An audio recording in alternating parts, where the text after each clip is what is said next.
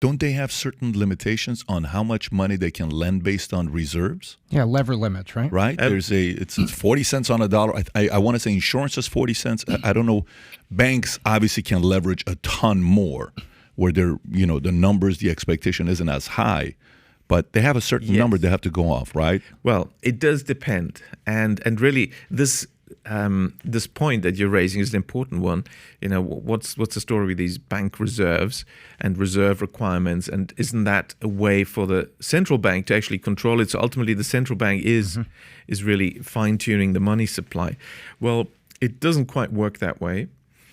And you can see this immediately when you look at many countries such as the UK, but also Australia, New Zealand.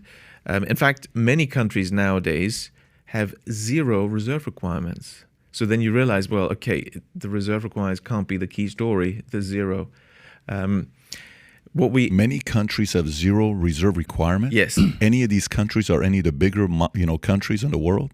Yep, such as the UK. UK is zero. It's been zero for decades. So who holds them accountable on the amount of money they can lend? Yes. Well, there is actually another variable that's been used to influence banks. And actually, it's a good point. Perhaps let's go quickly through this. I'm a professor of banking, and I was astonished to find that the experts, the textbooks, the researchers weren't even sure how banks actually work. And I found that there's three theories of banking, three theories of how banking works. And when we talk about banking, the key function that distinguishes banks from others is actually in their lending operations. And the key question there is, where does the money come from? Actually, one of my books, Where Does Money Come From, has this title. So where does the money come from that the banks use when they give out a loan? And that's where the three theories of banking are different from each other. Now, the currently dominant one, the mainstream theory that is pushed in the textbooks is, banks, they're not very special. Nothing to see here, move on. There's nothing special about banks. They're just financial intermediaries. That's the financial intermediation theory of banking. And they say banks lend out their deposits. Right. Savings on the left, loans on the right, interest in the middle. Yes, exactly. And with that theory, what regulatory tool to control banks is being used is actually capital requirements. So since the Basel Accords in the late 1980s, it's been capital that's been used mainly to get a handle on what banks are doing. And the idea is that this will control and restrict banks' activity so we won't have banking crises. Well, has that worked? Have we had banking crises since 1988? Tons of them. In fact, dozens and dozens. If you look at the whole globe, we had... For some that don't know, you were with Bear Stearns for 14 years or 13 years, right? Not that long, but I was at Bear Stearns Asset Management, Senior Managing Director, Senior Portfolio Manager. I was also at Jardine Fleming Securities before in Japan as Chief Economist. So the reason why I say that is to say you're not just a professor, because sometimes, professor is seen as, the intellect who just stands up and talks and has never been in the operating room that's doing the work. You've been... in both places. Yeah, precisely. And in fact, that's the whole point, because I realized these academics and their theories are mostly wrong. And we have to hold them to account, and we have to actually ask the question, what is reality? How do things really work? So this theory that banks are just intermediaries, they gather deposits, they lend out those deposits, and we can use, therefore, bank capital requirements as a tool to keep the banks under control, is plain wrong. But I'll come to that. There's a second theory, and that's an older one. That was dominant from the 1930s to 1960s, and that is the fractional reserve theory of banking. Now, a lot of people have heard this, and I'm sure you have, because you mentioned the reserve requirement, and that's important in this theory. This theory says when a bank lends money, it needs to have some excess reserves, and it will be using those for the new lending. And, if banks are all loaned up with their reserve requirements, they can't give out new loans. So they first need to have some excess reserves. That could be from the central bank helping them, but that's the mechanics. Now, that theory was dominant until the 60s. And it did have an interesting feature that got a lot of people interested in this. Namely, the so-called money multiplier. So it says that each individual bank is just an intermediary. They gather deposits and lend them out. But in aggregate, as banks interact using this reserve requirement, somehow there is leverage money creation happening, and therefore there's a money multiplier there. Now, that theory actually gave away the fact that there's something strange happening and banks create money, and that was too much for the powers that be to handle. That's why since the 60s they've pushed the financial intermediation theory, which says, oh, there's nothing to see here at all. Money creation? Oh, no, it's not happening. But there's a third theory, and that's the oldest, and as it turns out, the one that's really true. It's the one that sounds initially slightly crazy, but it was dominant until the 1920s, 1930s. And that one said that, oh no, banks are not intermediaries. They're not financial intermediaries. Banks are creators of money. If you get a loan, this is new money creation, and the bank will create new money into existence. That's the one that you're getting when you take out a loan. We could talk about how this actually works and how they make it work. But there's these three theories, and that one has been suppressed quite a lot. But you also find, actually for each of the three theories, you find famous economists supporting them. Keynes, John Maynard Keynes, the famous 20th century British economist, he actually supported all of them in sequence. Now he moved... First, he supported, when he was young, the credit creation theory, that banks create money out of nothing.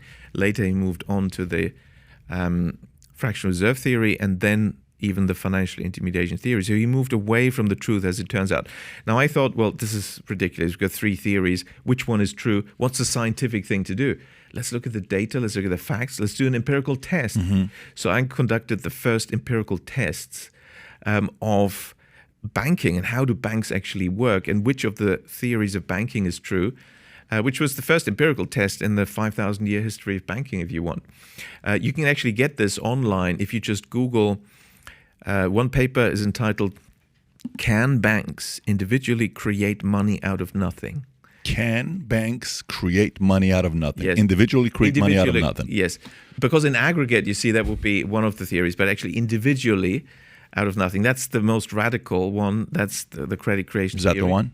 That's it, exactly. And secondly, the other paper is called Lost Century in Economics. That one also has the three theories of banking. It has another empirical test. These are two different types of empirical tests, and that's the one. And the conclusion is that the current dominant theory that banks are just financial intermediaries, that one is rejected by the empirical evidence, and also the theory that the fractional reserve argument, money multiplier holds, is also rejected.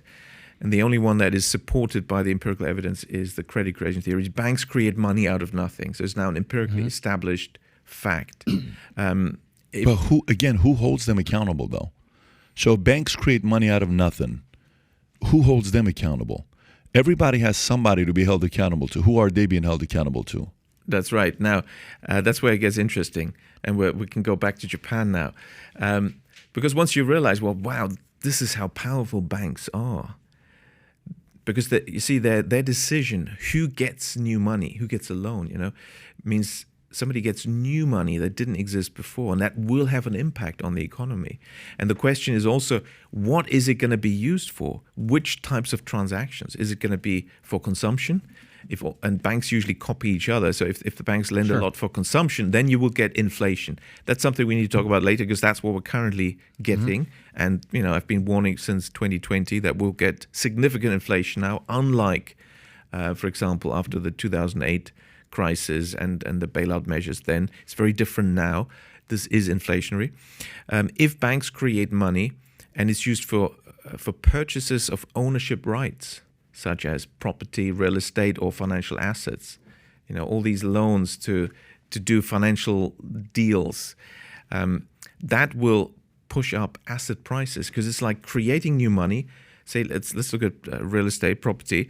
If banks give out a lot of property loans, real estate loans, it's like printing money and pumping it into the property market. What's going to happen? Right. You don't need to be a rocket scientist to know, okay, they're pushing up asset prices. And the third possibility, and there's only these three really, The third possibility, that's the redeeming feature of banks.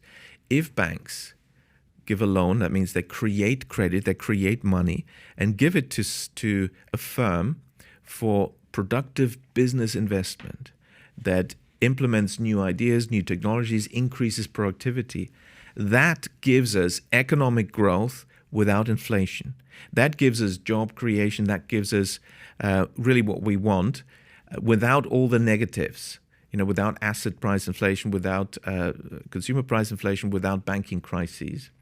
Whereas the other type, lending for consumption and also bank credit for asset purchases, you get the asset bubble. And after the asset bubble, you will always get, and this is also what happened in Japan, of course, most dramatically, you'll get a bust asset bubble and then a bust banking system.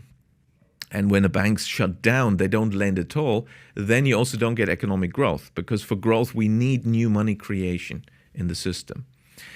And so I formalized that and tested that in the early 90s on Japan. It's the general quantity theory, or the quantity theory of credit, of disaggregated credit, where you recognize money creation. Money is actually credit, bank credit. That's how you measure the money supply correctly. Central banks will always tell you, money supply, we don't know what the money supply is. We don't really know. The textbooks also say that. We don't know what money is. Come on, gotta be kidding me. They just didn't want to tell you the true story. It is bank credit. We can measure it. It can be identified quite clearly. And the question is, what is this being used for? And so if it's used for productive purposes, that's when you get job creation, growth, no inflation. You get all the positive things and not the negative things, asset bubbles, banking crises, increased inequality and inflation, all these things. That's when it's used for unproductive and therefore unsustainable purposes. And of course, there's something we should talk about later as well. How can you have a banking system that does the right things and therefore supports the economy best? It's when you have many, many small banks, local banks, community banks, and that explains why the US economy, despite the various bad government policies that have been going on for a long time, is still fundamentally quite strong. The secret of the strength of the US economy, and also actually the German economy for the last 200 years, and also the Japanese economy, is because they've got hundreds, if not thousands, of small local community banks that lend mainly to small firms, because the small firms mostly engage in productive business investment, which creates jobs, gives you growth without the bad stuff, without the inflation, without the asset bubbles and banking crisis and so on. But of course, things can also go wrong, particularly, again, when the central banks intervene. So back to your question, so who's controlling these banks? I mean, how does it work? Well, what I found out in Japan, it was a bit of a detective story. First I realized, wow, this house of cards is going to come down now, because they had all these property loans, real estate loans in the 80s, pushing up land prices to stratospheric levels. In central Tokyo, the Imperial Palace Garden, part of that is a public park, and people calculated, okay, that's a central Tokyo public park, not that big, but okay. What is the value if we use central Tokyo land prices? And it turned out that the value was the same as all the property real estate of the state of California, including Los Angeles, San Francisco, everything, which was crazy. That was in 1989. That was. Can you say that one more time? I don't think the audience heard. Say that one more time. So the asset prices were pushed up. The land price in Japan were pushed up through this mechanism. Yeah. Bank credit for land purchases and property transactions, so much that at the peak, which was 1989, the only a tiny speck of land in central Tokyo, namely the Imperial Palace Garden, they calculated, the size, the footage. Okay, it's this big. What is the value using market prices of central Tokyo? And it turned out it was the same value as the entire state of California. So if you like this clip and you want to watch another one, click right here. And if you want to watch the entire podcast, click right here.